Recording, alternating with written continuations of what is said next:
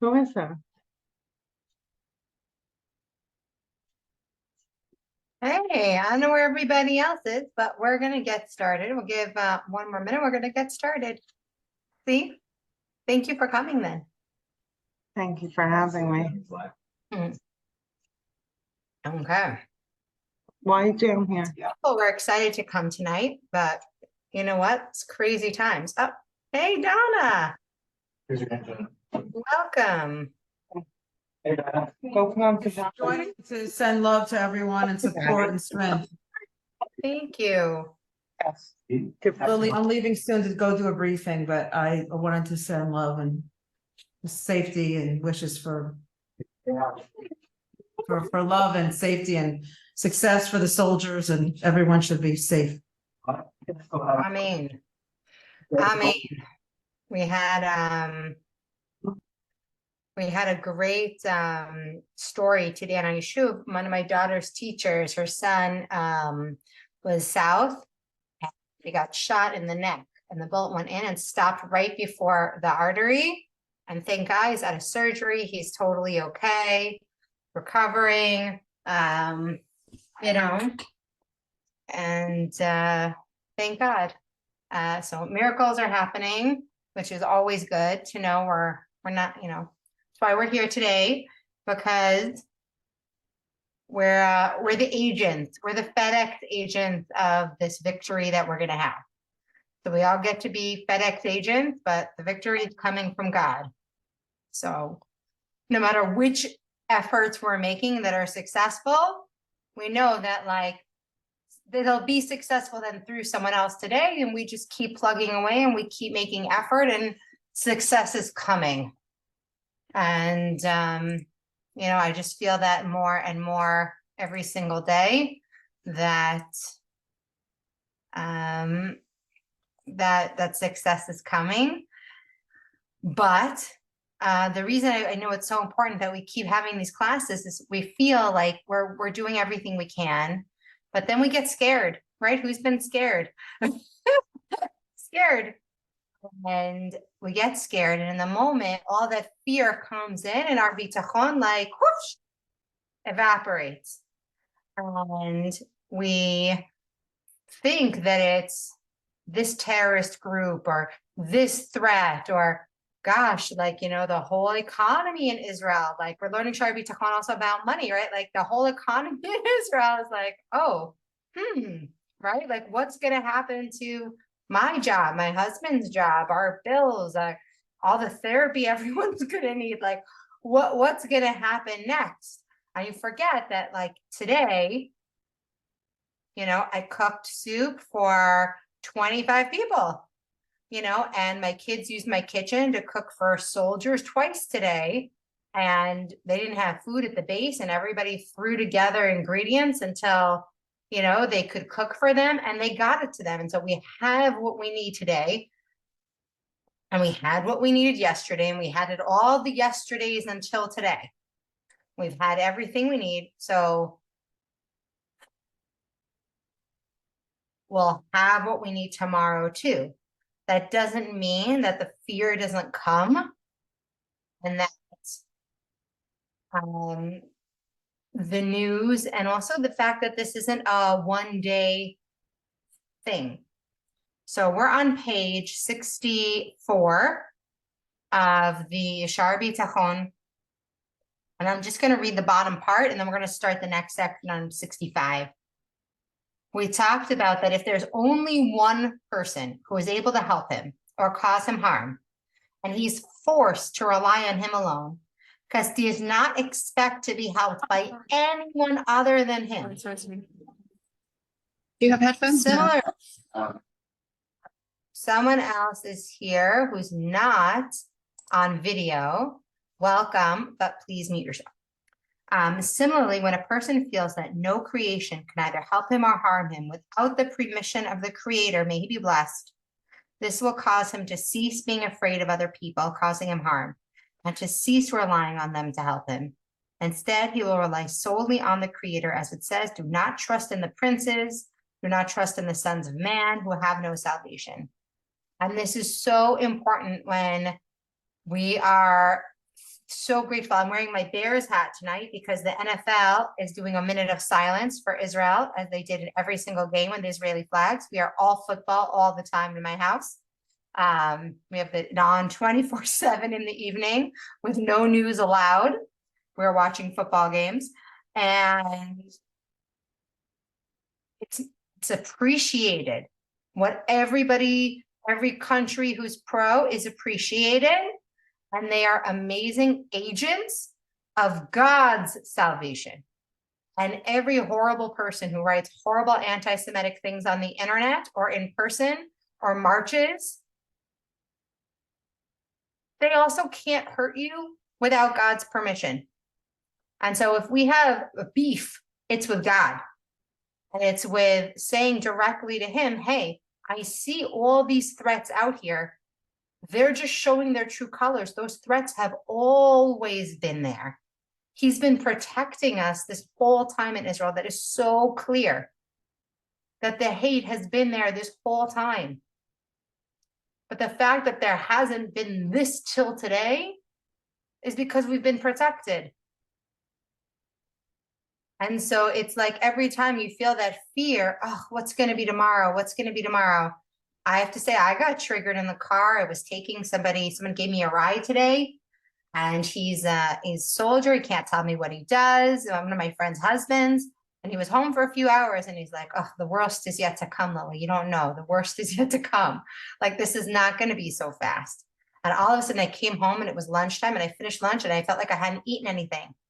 And I took a second apple and peanut butter and I started eating and I said, finished it. And I'm like, okay, stop. I got a tea like this big, a liter tea. I just sat. And I watched some stupid football thing and I just brought my energy down back. It took deep breaths for like 45 minutes. I just deep breath, right? Because I started out with this story of this miracle that happened to my teacher, my daughter's teacher's son, that as much as God is dealing with everything on a holistic level, he's still guarding every single one of us in our everyday lives. So if we're safe today, he's making us safe today. If you are on this Zoom, you are safe. If you are watching this recording, you are safe today. Even if you're in a shelter, you're not in a shelter, you are here, you are safe. You are safe for a reason because you are being protected.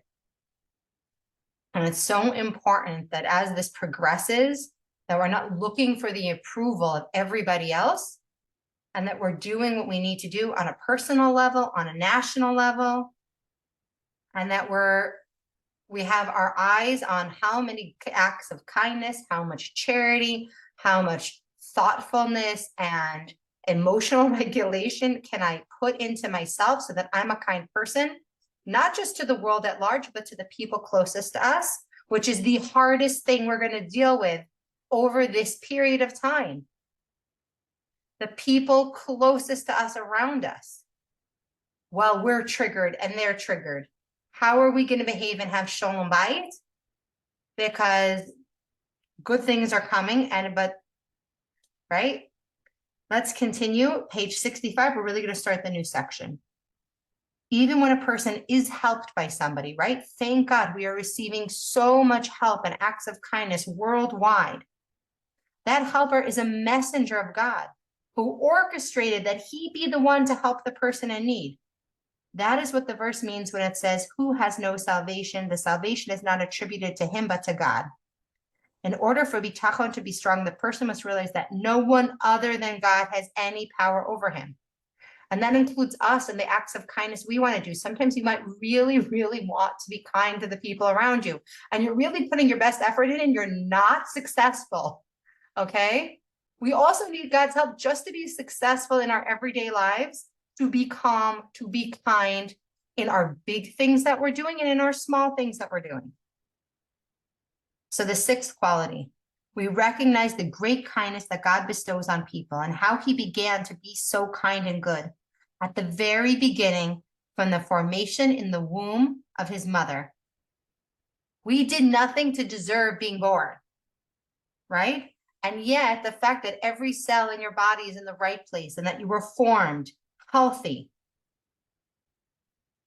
was already God taking intimate care of you. It is his generosity and goodness and kindness that he does so, not because we earned it or were worthy or we did enough. As King David of blessed memory said, you have done great things, you, O Lord, my God. Your wonders and your thoughts are for us. There is none to equal you. Were I to tell you and speak of your wonders, there would be too many to tell. And I have to say, I don't know about where all of you guys are. I know Alana is here close to me, like a 30-minute, 20-minute drive away. And Shulamit, I'm not sure where you are in the world, but I hear boom, boom, boom, boom, boom, right?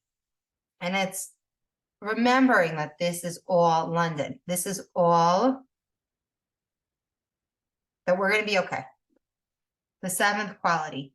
It should be clear to this person that all things in existence in this world, both those that are essential, referring to the beings and objects themselves that were brought into creation, and those that are incidental, referring to events that happen to those objects and beings, have a clear and defined limit. This war, God already knows the day it was going to start. He already knows the day it's going to end. And it's impossible to add or subtract from that limit. God, may he be blessed, has decreed. A person cannot change an object's quantity, quality, time, or place. He cannot increase that which was decreed to be few, nor can he decrease that which was decreed to be many. Similarly, a person will not be able to delay something that has been decreed to be early, nor is he able to hasten something that has been decreed to be delayed. And this is so appropriate right now. We can change it with teshuva, tefillah, and tzedakah. So we can change the outcome. It's true. Let's see what the commentary says on this. He illustrates with the following example. The day before a boat was supposed to set sail, its captain was falsely, okay. So he has a great story here about what we can change, what we can change. We can change things that are, we can change things, and things that are punishments, things that are happening, for us, for our benefit in the long term, not in the short term, through tefillah, tzedakah, and teshuva. But really, on a larger scale, God knew we were going to do that in the first place, right? We're going to get into like a whole theology of semantics of like, God knew we were going to do tshuva, so that was already part of his plan. And in fact, 8 things happened so that we would succeed in doing tshuva.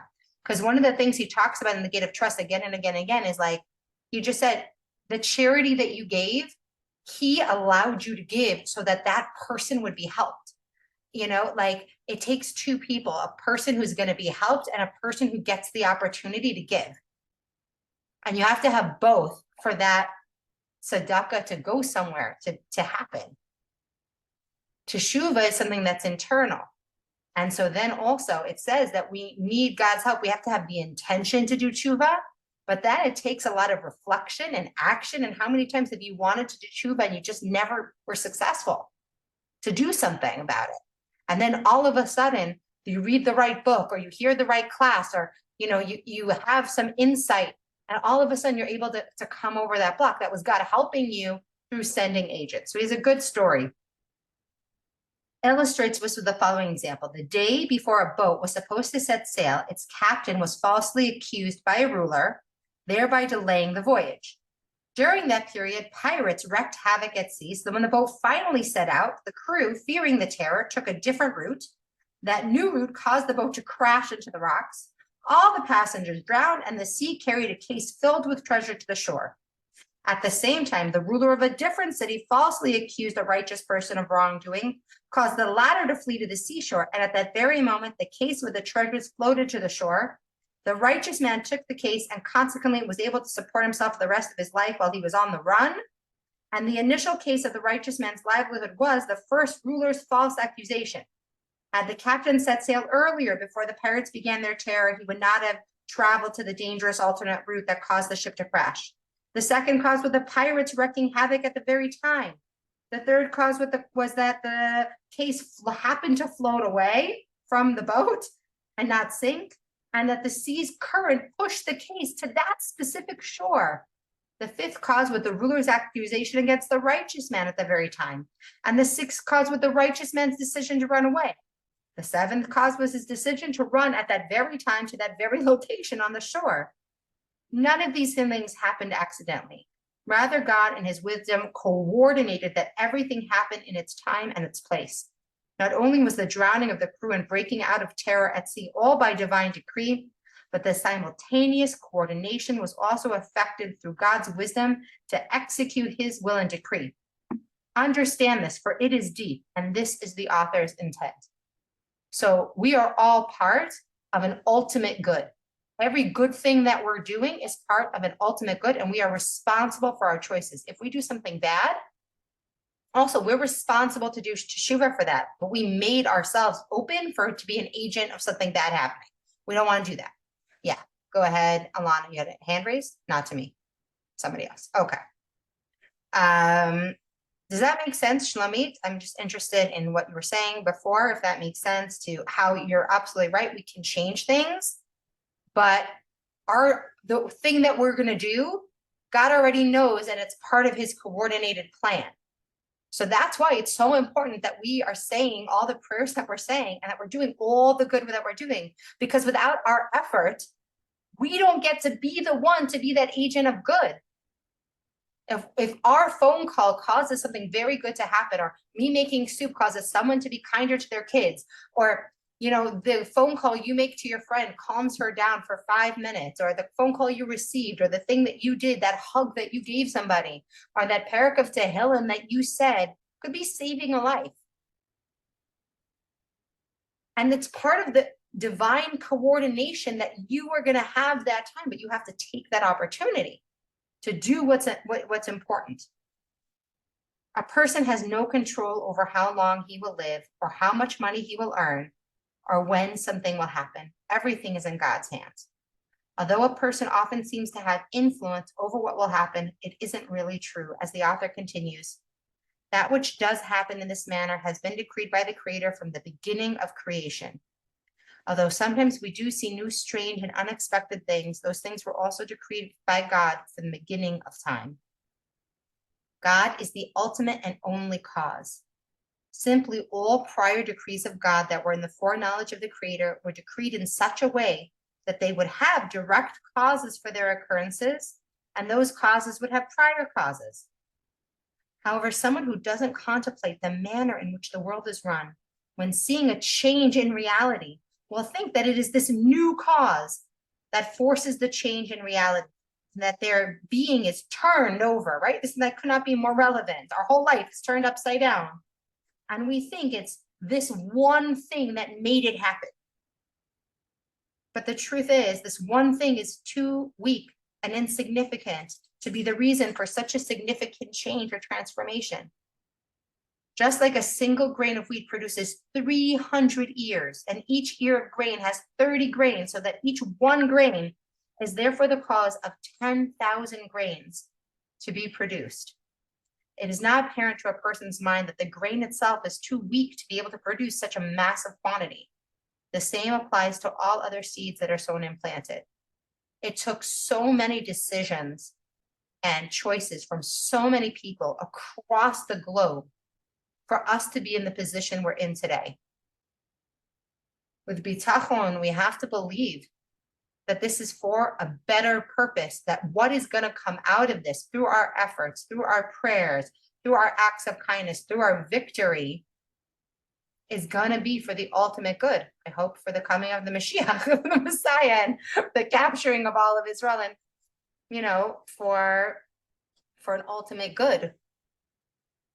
Because this one thing that happened, how can that be the source of all of this transformation if there isn't a divine hand at play? Stacy, raising your hand, you have something to say?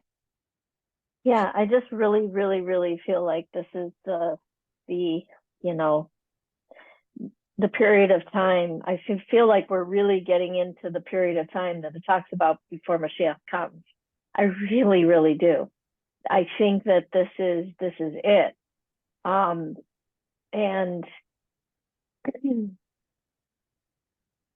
it's scary, but it's like, this is what we've been learning. This is it.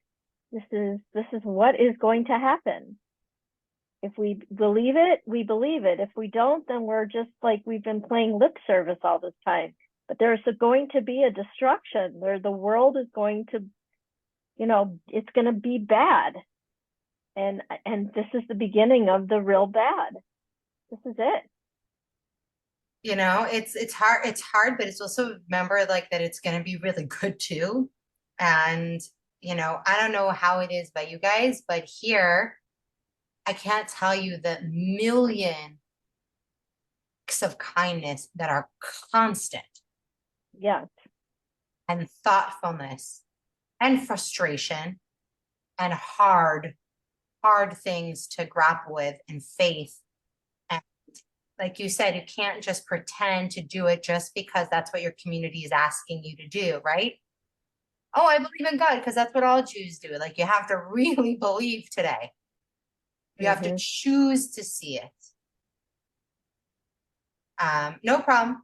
No problem, Shlomi. Thank you for saying. We have to choose. We have to choose to see this. Okay. It is not apparent to a person. Okay. Similarly, we say regarding the creation of human beings and other living creatures, which are created from a drop of seed, right? One bit of semen. Here too, it is apparent that the drop itself does not have the power to be the source of an entire person. It's like this large fish is created from this small egg. Like, it's just crazy. Spent the morning packing up medical supplies for our soldiers, right? We hope we don't need it and Mashiach comes first. But know that everything that you pack up with love, someone might save someone's life. It might be like my friend's son who was in surgery, and all he wants to do is go back out there and protect his country. Like, you need to rest, guy. Like, it's the amount of desire to take charge of what's coming is very powerful. The amount of acts of kindness that we can do. Imagine how many acts of kindness you would do on an average week, and look at what you've done in the last week. How much effort or intimacy did you feel with your creator when you prayed previous to this week versus this week? It's crazy. It's really crazy. The amount that you can be transformed and the amount of good that can come out of something so bad when you believe.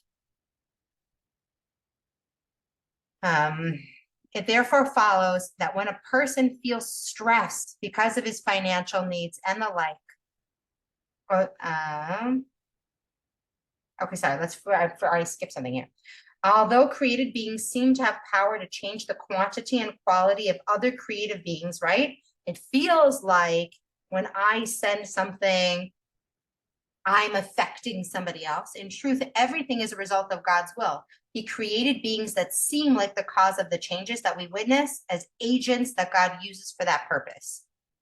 It therefore follows that when a person feels stressed because of his financial needs, and I know there's a war going on, but I have to tell you, a lot of people in Israel are also very stressed about paying their bills.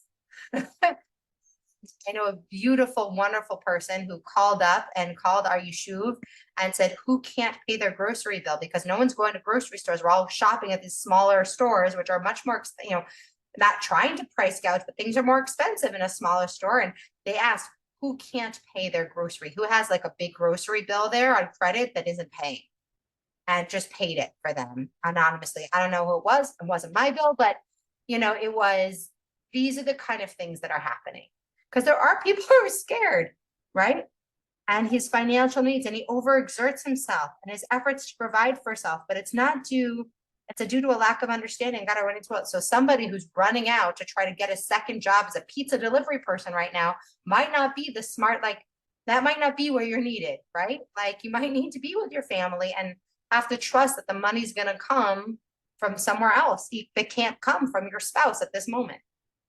When a person troubles himself with the efforts to provide for his financial needs or any other needs to hasten that which the Creator may be exalted as decreed should be delayed, or delay that which is decreed should be hastened by trying to produce many of that which was decreed to be few, or produce few of that which is decreed to be many, regarding matters of the world, with the exception of those that are necessary for the advancement of mitzvot and study of Torah. So here he is making a big difference. He's saying that we can't change the amount of actual like net money we're going to have. Okay. No matter, you can work double the hours, but he has a great analogy here. It's like somebody has a big spigot of wine, right? Like a big barrel and one spigot. And they're like, well, I want to make double the sales, so I'm going to put in a second spigot. And now I could do 2 glasses of wine for every glass that I was doing before. Yeah, but it's coming out of the same barrel. You got it twice as fast, but like it's the same amount. You can't change it. Okay. But at the same time, sometimes we want to we get more, but we get more bills at the same time, right? Like it all is what it's going to be. And when we're working, we have to be working for the right reasons. We have to be working and we have to be putting our best effort in, but not from this place of, what they call the negative hustle energy. And I know so many Americans right now, 2 very good friends of mine have very big companies in the US, and they're like, they can barely focus at work. And they're just trying to show up and get their work done. And they're delaying launches and they're delaying certain things because their mind and their heart are not there. Because they have bitachon and they know that when they have more focus, the money will get there. The money will be there. It'll come, okay, it'll come in 3 months from now when they have the launch, or some other product sales will increase, or something else will happen if they're supposed to have it and they need it. They're still going to work, they're still doing their jobs, but they're driving themselves crazy.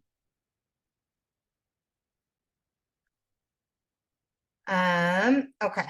Except for the advancement of study of Torah and study and mitzvot. And that means that if you have the opportunity to give charity now, or if you have the opportunity to get someone else to give charity, or to be a part of a volunteering on a project, or to do something, or to, give your kids an extra 5 minutes, or to give yourself an extra 10 minutes, right? It might even be yourself who needs some charity right now. For that, we are allowed to change what's coming to us. We can give more than our 10%, and we can be promised that God is going to meet that. So if you are giving and you're like, wow, I'm giving a lot right now, I'm worried about what's going to happen to me, you don't have to worry.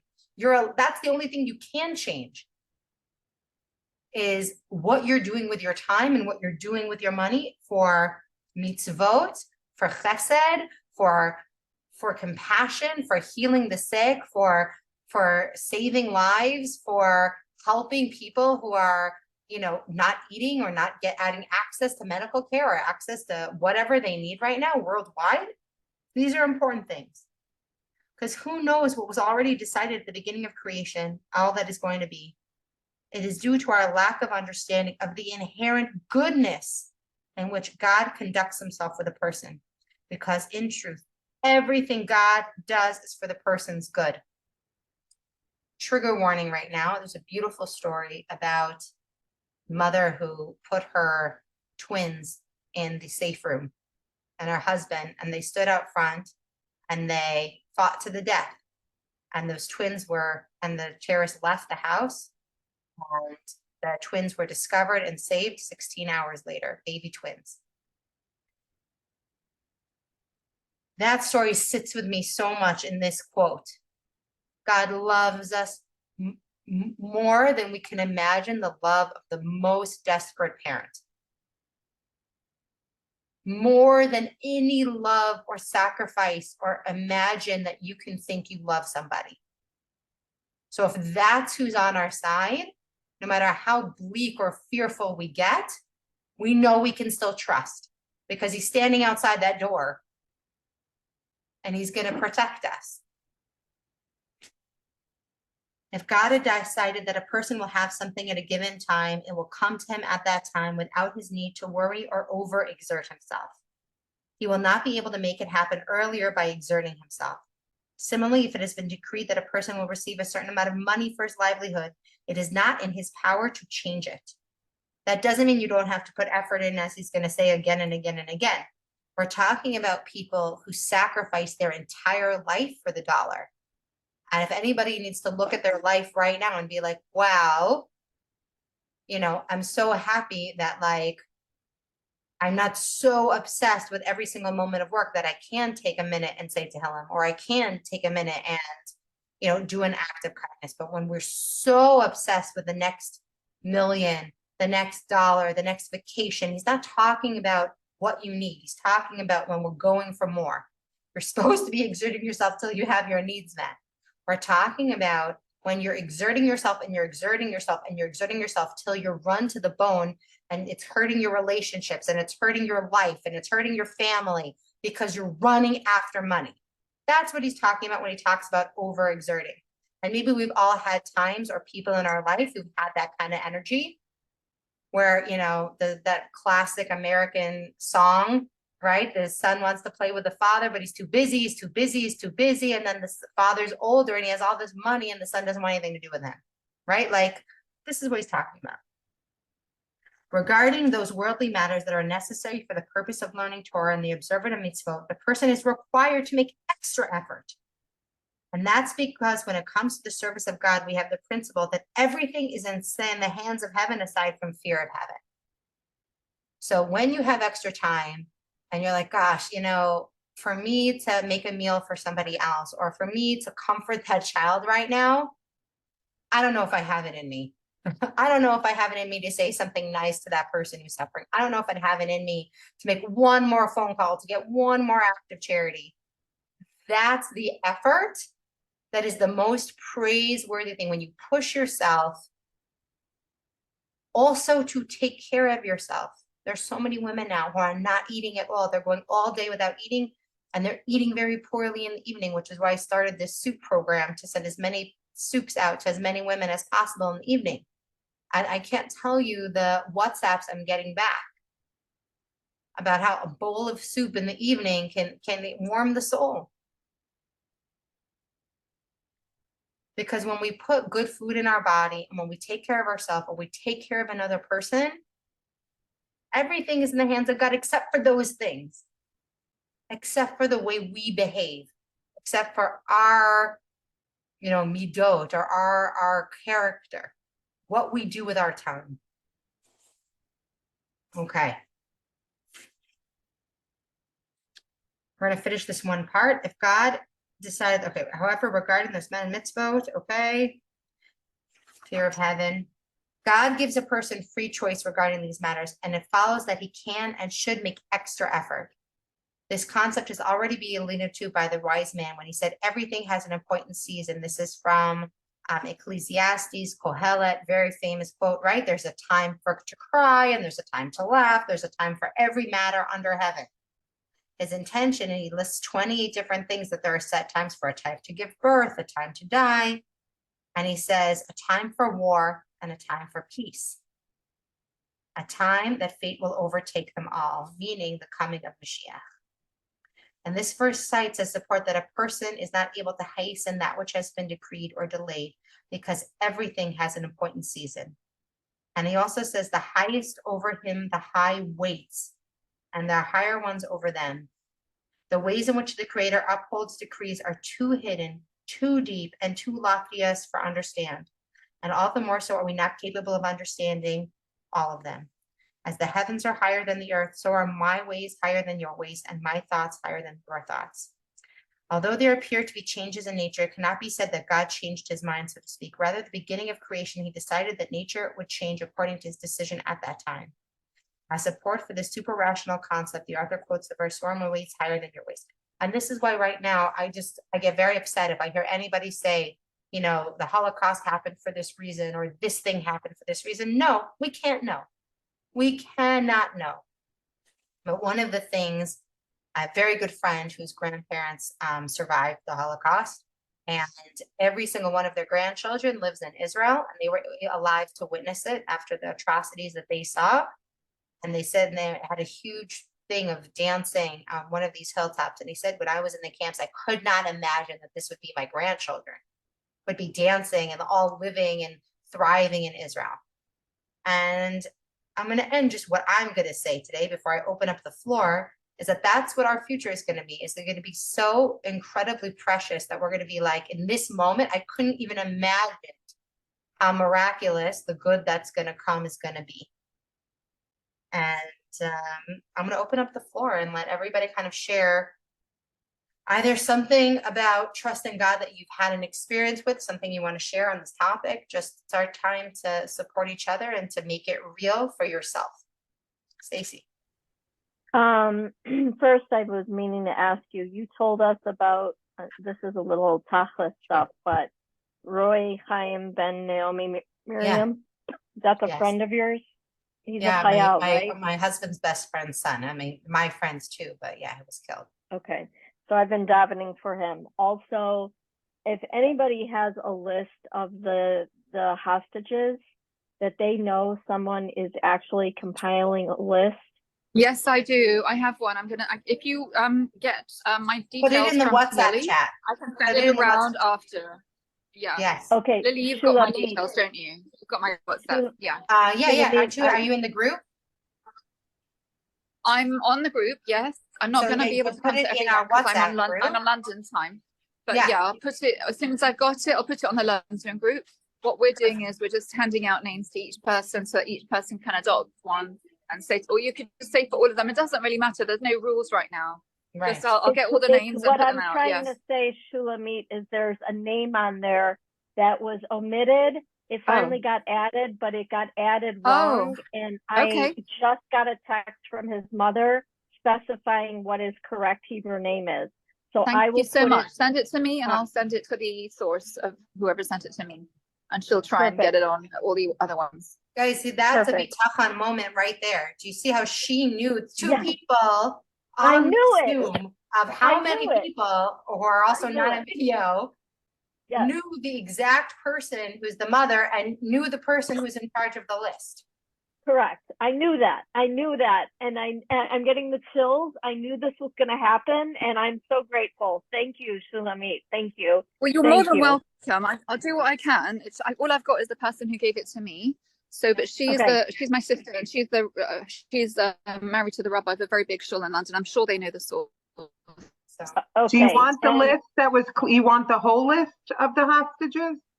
I also want, when you're done compiling it, if you could send the whole list to us. I'm sending what I have. I have a list of names that were cleared for publication. I could send that now. And Well, if it's- don't send it yet until Hirsch's name is correct, so that the wrong, I'm trying to correct the list. Really, it's driving me crazy. And he's the one that got his arm blown off, and it's driving me crazy that his name is not correct. Again, like we should also know that even if his Hebrew name isn't right, the prayers are going to the right place. Prayers are going to the right place either way. I was going to say, everything has a reason. We don't understand why. Maybe there's a person with a similar name that needed a prayer right now. Don't worry, just trust. And you know what? I'll do my best, okay? I want to, can I just I'm going to tell a quick story that relates to this exact thing. I have a very close friend who was diagnosed with glioblastoma not so long ago, about, 6 months ago. And we were doing we wanted to do an Erev Tefillah for her.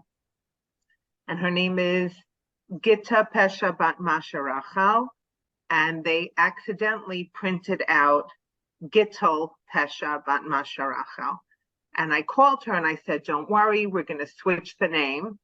Like, don't worry, it'll be the right tefillah. And her panic was, but we should also daven for Gita Pesha Bat Rachel. Like, she got nervous that we were going to take away the tefillot from someone who, even though it was a mistake for her, she goes, make sure that people still daven for the incorrect name.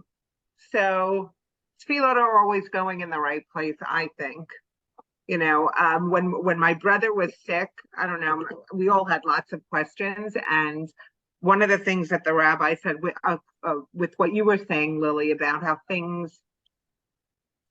everything has a purpose and everything has a reason. And we learned you can't play chess with HaKadosh Baruch Hu. Like, if I do this, then I'm going to get that. And if I do that, this is Chapter what the 5 is exactly don't play chess with God. Chapter 5, when we get there. Don't play chess with God. So, you know, we'd all like for everything to have the logical or what we want to be the result. And that's not necessarily, you know, obviously not what we want.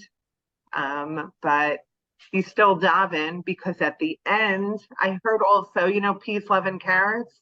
She spoke about her child who died from crib death, and she had a whole thing, and she said, like, why do you go to doctors, and why do you daven, and why do you do all those things? Because in the end, if something doesn't work out the way you wanted, you need to know for yourself that you did everything possible for the right outcome. And then it is obvious that this is what Hashem wanted. So wow, that's really wow. Yeah, that is amazing. It's like you took all the medicine, but you ended up dying anyway. But you did everything you were supposed to do, because it's, oh my gosh, that was crazy. That was beautiful. Thank you. Oh, you're welcome. Okay. Absolutely. So I could add something as well. That's from a source in Tehillim, where David HaMelech has one of the Tehillim that he says, LeDavid Almas Habein, like he talks about the death of his son that was born shortly after. It was from Bathsheba, and you know, he felt bad about his sin, and then ended up losing the baby that was conceived at that union. And he says, Ora Hashem b'chol levav, I thank Hashem with all my heart. And he basically, people said to him, how could you be thankful after your baby has died? And he said, well, basically the Mefarshim say this, not me, I'm not making this up. They say, until the point at which the baby died, I prayed with all my heart. My heart was broken, and I was sobbing and crying and asking Hashem to save this baby. But once the baby had died, I have to accept that's what Hashem wants. It must be good. So I thank Hashem with all my heart. And I think there's a place for us to understand that deep faith, almost superhuman, it is superhuman faith that David had about the death of his child and his baby, is so resonant with me now, because people think, how are you supposed to deal with all the things that have happened now? And I think my way of dealing with it, maybe I'm in denial, but the way that I deal with it is saying, like, if it's happened and we can't change it. But we can just show up now in this holy, sacred moment and bring all the light we got, so that this moment and the moments ahead of us are filled with light. And we cannot understand Hashem's ways, but we have to just put that like Lily Ebert, she's the author who wrote The Gift. And people asked her how she could forgive the Nazis. And she's like, I didn't forgive them. You know, there are some things you can't forgive. So what I do is I put it in a box and I cover it with a silk blanket. This is how she talks. I covered it with a silk blanket and I give it to God, because there are some things that are for him, you know, we can't. And we're not supposed to. And, you know, they say that we say Baruch Dayin Emet when someone passes, only until the time of Mashiach. And when Mashiach actually comes, we're going to be able to see and be able to say, like, also, like, that it was good. Now, it's judgment, but we know it's good, and we know ultimate good is coming. But we're not going to see. There's no, the human mind, as he says straight here, his thoughts are higher than our thoughts. There's no, so don't let your mind go crazy. You know, someone mentioned, like, my mind is running and running and running. And if my mind was running and running last night, I couldn't sleep. Breathe and breathe and breathe. You know, last week we did some somatic healing moves at the end of class. So today I'm going to offer to just end with breath work, a minute, and breathing together. Maybe we should all mute our mics again. We'll mute when we do it. Elaine, before I say anything, do you have anything you want to add? You didn't speak. You don't have to, but only if you want to. I just want to thank you for doing this, because I think it's so, I was just saying to my husband before I came on too, that it's like so timely, because we started it before and it's like so needed, right? Like, it's so hard to have bitachon when like all of this is going on, and to just, you know, for so many reasons. And like, for me, like, not being in Israel anymore, it's like very, very hard. It feels like almost guilty to like not be there. And so like, this is just so important, because it's so hard, right? To just like have faith when things feel so heartbreaking and so hard, and like hard to just like live life and then like think like, oh my gosh, it's like, it's hard for me though. It's like unimaginable, like what all of you are going through. And I just like, I appreciate that you're doing this for you and that you're doing this for us. So thank you. My pleasure. And I'm just so grateful you guys are here, because there's no, like he says here, there's no class for a teacher if there's no students. So this is a dual thing, right? I can show up, but if none of you guys show up, then there's no class. Alana? No, I just wanted to say, first of all, I mean, I've thanked you a million times for this. It just gives me a break from all the other stuff, even. And I wanted to say to Elaine and whoever's in America that, first of all, I mean, I've learned not connected to this, but like guilt is not, it's not a productive emotion. This is not a judgment thing. It's not a judgment thing. It's that anyone who's I really do believe there's no one in Israel who's being judgmental of people who are not here at all. And people find, I do, I feel comforted. Or, you know, my cousin who lives in Teaneck called me hysterical crying, how hard it is and how terrible it is. And, you know, I think when you're in it and you're in the daily life of the survival of it, it's almost easier because you're doing something active within the situation. And I mean, being far away is probably harder in a way.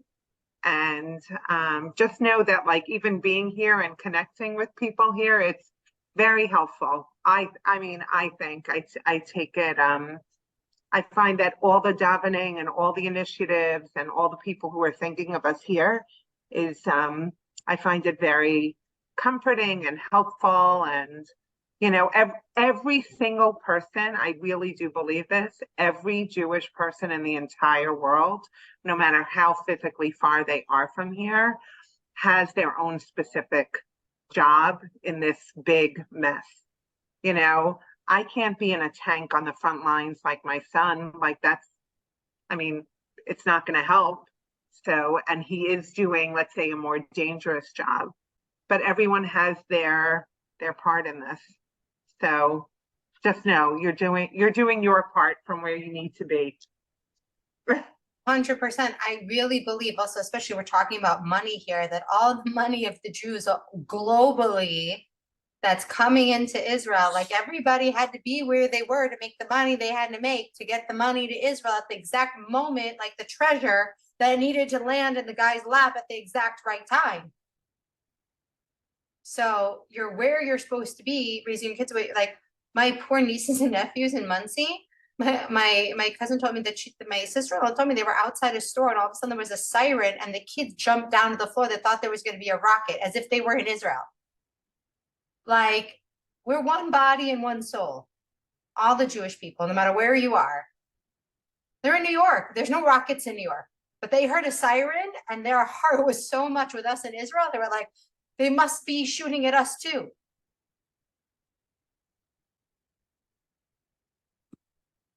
Let's do some breath work. We're gonna, you guys, mute yourselves. And also, if you're following on the recording, this is, I know some people struggle, they say, with counting breaths. The reason we struggle with counting breaths is because we want to be thinking about relaxing instead of actually relaxing. The point of counting the breaths is that you think about nothing but the number you're counting and the breath. And that stops the cycle of crazy thoughts that's cycling and cycling and cycling, because when we think something, it sends neurological things through our nervous system and we feel it in our body. Whether it's subconscious or conscious, we're feeling it. And then when we're feeling stress and pain, that sends a response to our brain, and our brain makes up a reason why we're feeling it. So sometimes be aware that you're part of a nation and somebody else is having pain. And all of a sudden you feel pain, but you don't have something specific that triggered that pain. You're just feeling pain for people. And this is where the somatic healing moves, where you're not with thoughts. You're not trying to understand where this pain exactly came from. No, it's just releasing pain. So when we're doing this breath work, focus on the numbers. It's not complicated, but it does require focus. And if it's difficult, it's because your brain is going faster. And that's okay. You just begin again. Just begin again. No judgment. Doesn't mean you're doing it wrong. It means you just really need it. Okay? So this is what they call a block. It's 4, 4, 4, 4. Inhale over 4 seconds. Hold your breath for 4 seconds. Exhale for 4 seconds. And then hold the space for 4 seconds. And we want to take slowly, you want to count it in your mind. You can think a mantra if you want. Sometimes I like to think it's safe to be this full, like this full of feelings. And then it's also safe to be this empty, safe to like let it go and leave space for what's going to be next. Right? Because then we also get used to being in pain all the time. And then we're thinking more thoughts to just be in pain because that feels like we should be doing right now, which is also not helpful.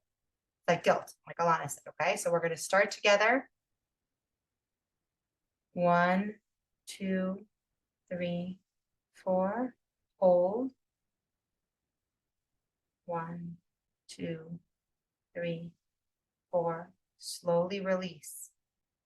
1, 2, 3, 4. Hold the space. 2, 3, 4. Inhale deeply. 2, 3, 4. Hold it full of everything you're feeling. It's safe to feel it. 4. And exhale slowly. 2, 3, 4. Hold the space. 2, 3, 4. Inhale slowly. 2, 3, 4. Be full. 2, 3, 4. Exhale slowly. 2, 3, 4. Hold the space. 2, 3, 4. I'm going to do it with you the next few breaths. Keep counting in your head. Inhale.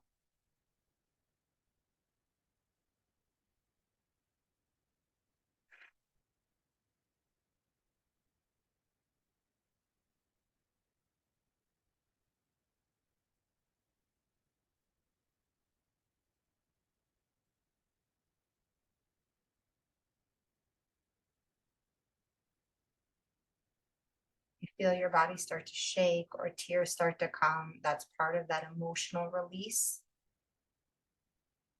It's a good thing. It means we're letting it out of storing that feeling in our body.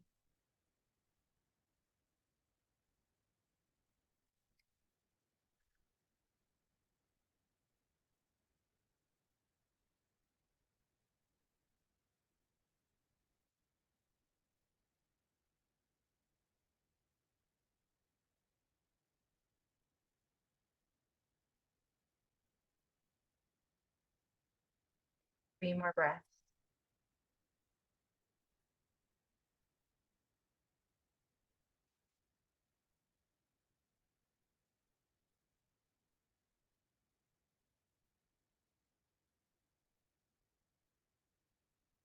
Final breath.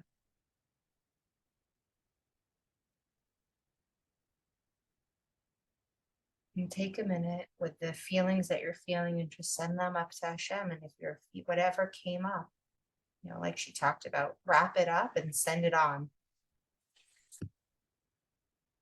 Wrap it up and send it on.